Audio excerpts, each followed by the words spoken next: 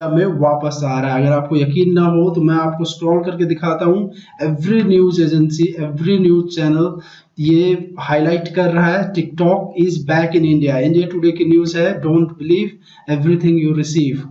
आप फिर आगे देख सकते हैं, is TikTok back in India 9 जुलाई को। उसके बाद फिर आप आगे देखिए, इंडियन एक्सप्रेस ने फिर से हाईलाइट किया है, TikTok back after global outage.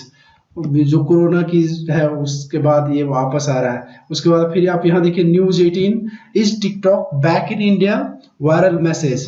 उसके बाद आप आगे उतरे तो फिर देखते हैं, the ABP live, TikTok returning to India this week. इन्होंने तो टाइम तक दे दिया, 3 दिन पहले इन्होंने ये पोस्ट की है और ये कह रहे हैं कि इस सप्ताह टिकटॉक वापस आ रहा है। india.com पे देख लीजिए आप, TikTok ban news, TikTok returning in India after July 22। आज तो 25 जुलाई है और अभी तक इंडिया में टिकटॉक आया नहीं है।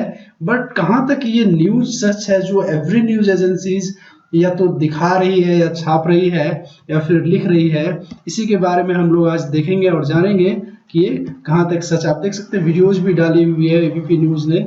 और आज टिकटॉक लौट रहा है, टिकटॉक ने सरकार से पूछे सवाल।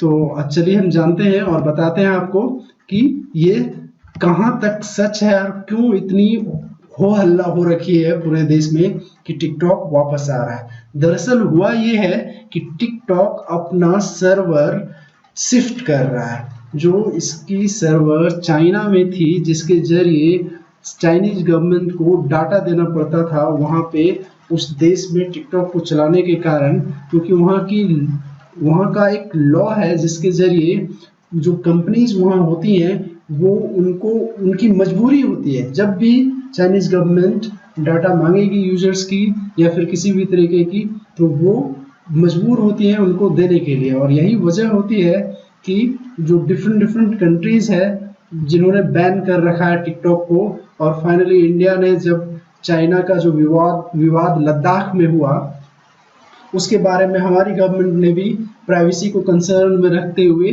टिकटॉक के साथ 58 ऐप्स को बैन कर दिया।